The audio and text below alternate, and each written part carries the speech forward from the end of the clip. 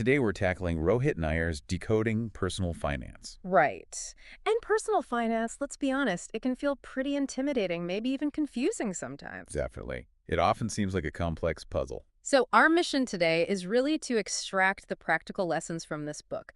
We want to give you some clarity and hopefully empower you to really take control of your financial destiny. Sounds good. It covers a lot of ground, from the very basics right through to planning for the future. Yeah, we'll start with those fundamentals, then look at setting goals that actually mean something to you, building conscious money habits, budgeting effectively. Tackling debt, Yeah. the basics of investing, and even how your financial needs change over different life stages. Okay, great. Let's dive right in then. It's interesting how Nayar starts by just acknowledging that intimidation factor. Sounds simple, but really getting this is fundamental, isn't it? It really is. Nayar uses this example of Lakshmi, a high school student earning 5,000 akram, and he breaks down her spending transport, groceries, phone, a bit for fun. What's the big deal about just listing income versus outgo? Well, the big deal is the tracking itself. Even for Lakshmi, with fairly simple finances, just knowing where the money goes, that's the first step. Right, to making informed choices. Exactly. It lets her see, okay, maybe I can save here, or maybe I adjust that. It builds that awareness, which is like the foundation for good money habits later on. Awareness first, then action. Got it. Okay, next up, assets and liabilities. Also key for seeing the bigger picture. He uses Rohan's example.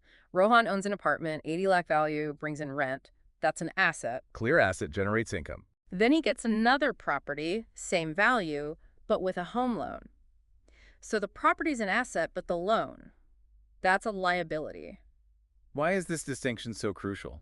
Because your net worth is basically your assets minus your liabilities. That's the number you want to grow. Ah, okay. So Rohan's first flat boosts his net worth right away with the rent. The second one could boost it eventually, but that loan sits on the other side of the balance sheet initially. Understanding that balance helps you make smarter choices, avoid getting overstretched. Makes sense. Avoid biting off more than you can chew financially. Okay, now a big one Nayar really emphasizes: compounding. Ah, yes, the magic of compounding. He calls it exponential growth on your initial money, plus the growth it's already generated. Yeah. He uses Warren Buffett as a prime example. Started early, consistently reinvested. And those Coca-Cola and American Express examples really drive it home. Yeah, no new Coke shares since '88, but massive growth just from reinvesting dividends. Same with Amex. His stake grew hugely from reinvestment. It's powerful stuff. He also uses that story about Arjun and the single grain of rice. Right, that illustrates it really simply. And then the concrete numbers. Save 1.2 lakh a year for 15 years at 12%. You end up with over 50 lakhs.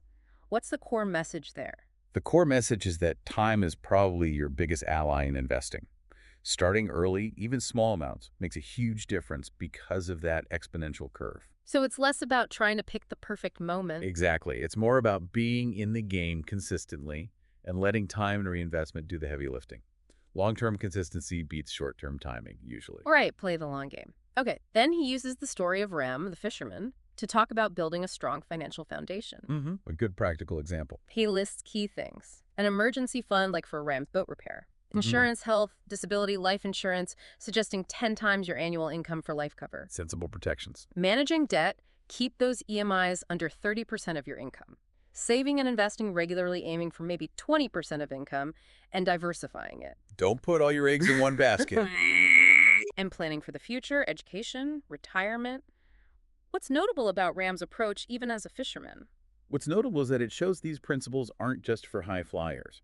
Ram protects himself against shocks, avoids crippling debt, saves consistently, invests, and thinks long-term. It's a solid, practical strategy anyone can adapt. You don't need a huge salary to start. Exactly. So, wrapping up chapter 1.